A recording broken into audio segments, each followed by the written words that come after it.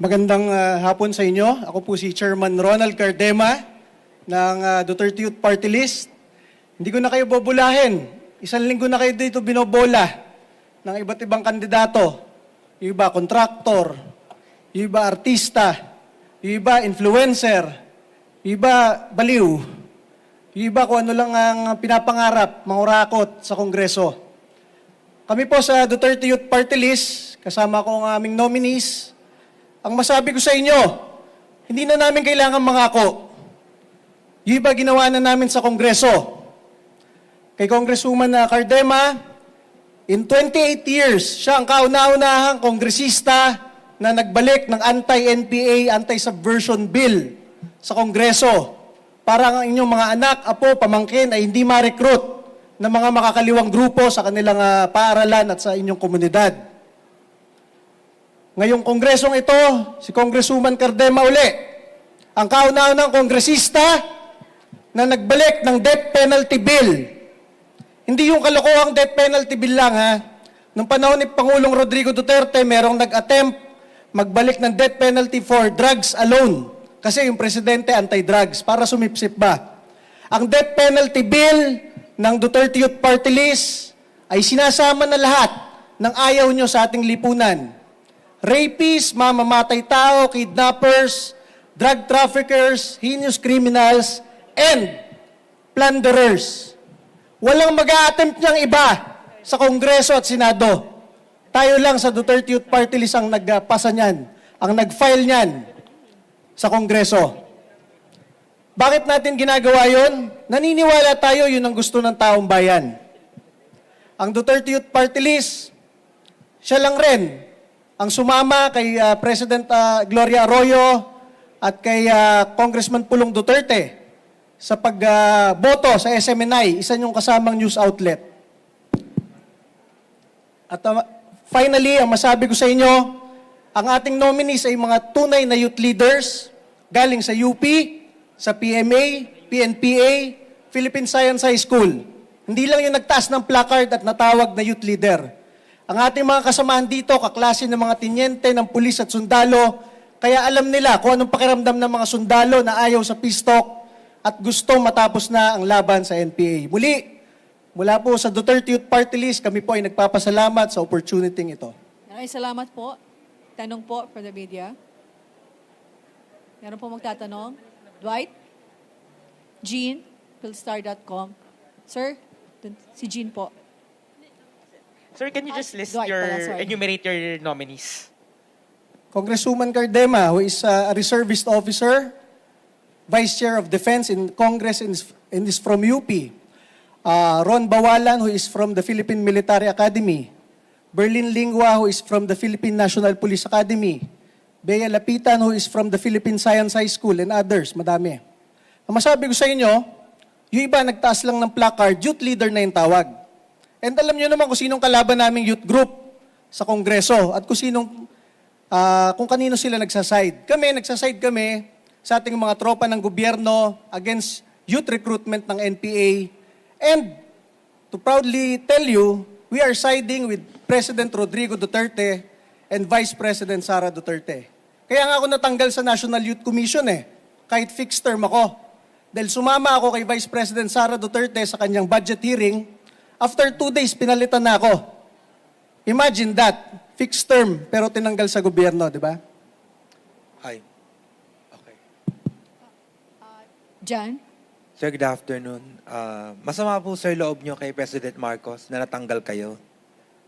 Alam nyo, hindi ako galit sa ninong ko, Bongbong Marcos. Naintindihan ko yung politika sa bansa. Pero masabi ko sa inyo, mula UP Diliman, nung ROTC Corps Commander ako sa UP, Marcos loyalist kami ni Congresswoman Cardema. Head ako ng UP Vanguard Fraternity, UP ROTC, and senior brad namin si Ferdinand Marcos. Kaya sa kakaunting Marcos loyalist sa UP, kami na yon, mga youth leader na Marcos loyalist. Pangalawa, noong 2016, talagang nagkampanya kami for Bongbong Marcos. And natalo si Senator Bongbong Marcos. Ako, na-appoint ako sa National Youth Commission ni Pangulong Rodrigo Duterte. Simula 2017 hanggang 2021, lahat ng activities namin sa National Youth Commission, talagang ang guest of honor si dating Senador Bongbong Marcos. Tulong ko na lang sa idol ko na hindi nakaupo bilang Vice President. Umaattend kami ng lahat ng patawag nila, dinner, Christmas parties, and maalala ko, yung kaisa-isang Christmas party nila during pandemic, isa lang congressman ang umattend. Duterte Youth Party List Congresswoman Cardema and our family. Noong 2021, dahil kinakapatid ko si Sandro, Duterte Youth Party List allocated our assistance funds to Ilocos Norte para tulungan si Sandro. Talagang Marcos loyalist kami. Nangangampanya kami and lahat ng effort ginawa namin dahil naniniwala kami kay Senador Bongbong Marcos at kay Pangulong Rodrigo Duterte. From 2016 to 2022, ang ating gobyerno ay full of appointees ng Pangulong Duterte na Duterte Cayetano. Noong 2016, Duterte Marcos talaga kami. So masabi ko sa inyo, yung pakiramdam namin nung tinanggal ako ni Pangulong Bongbong Marcos,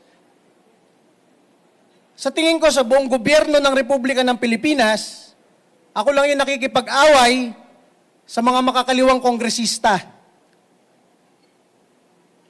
Lahat ng kaya ko itulong mula National Youth Commission, itinulong ko sa aking idol, sa aking ninong, Bongbong Marcos.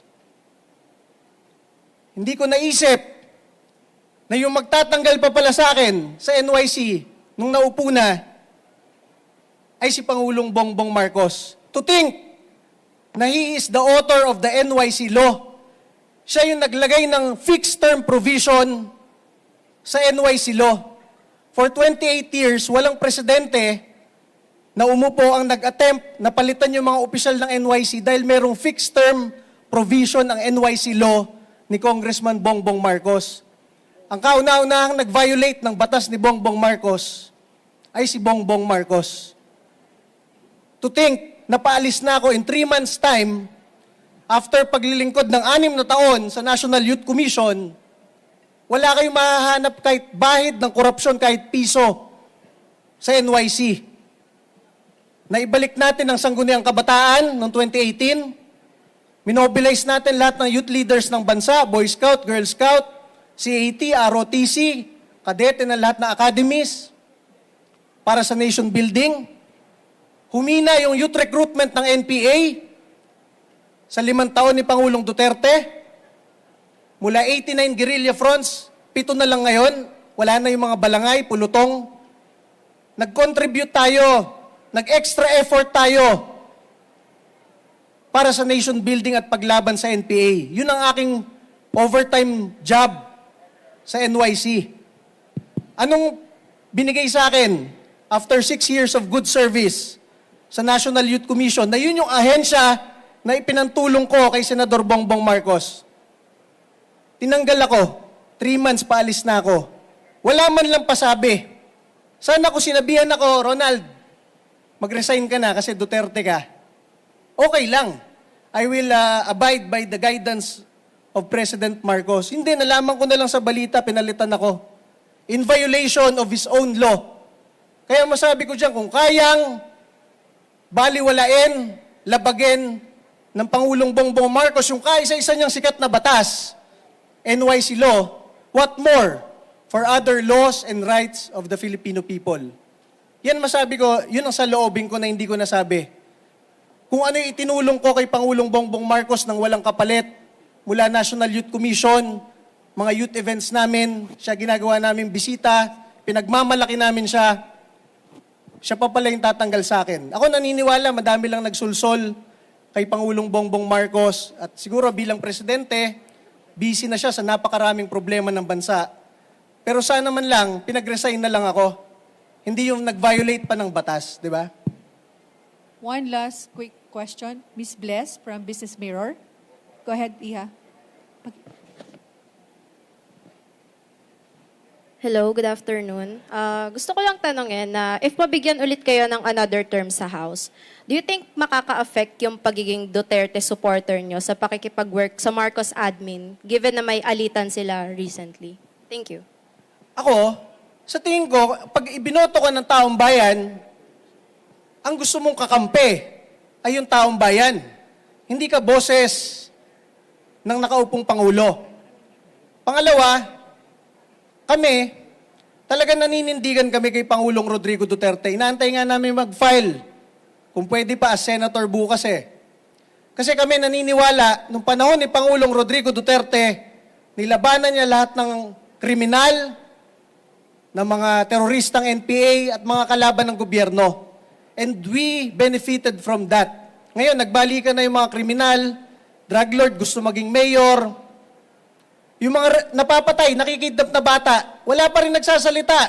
Hanggang ngayon, ang dami nyo nakikita sa social media, ang dami nyo binotong boses ng bayan sa Kongreso at sa Senado, wala man lang isang nagsasalita tungkol sa korupsyon, tungkol sa mga nawawalang bata, tungkol sa pagkalat uli ng droga. Duterte Youth Party List, ibinabalik ang death penalty para sa kanilang lahat at naninindigan para kay Pangulong Duterte at Vice President Sara Duterte. Okay, maraming salamat po.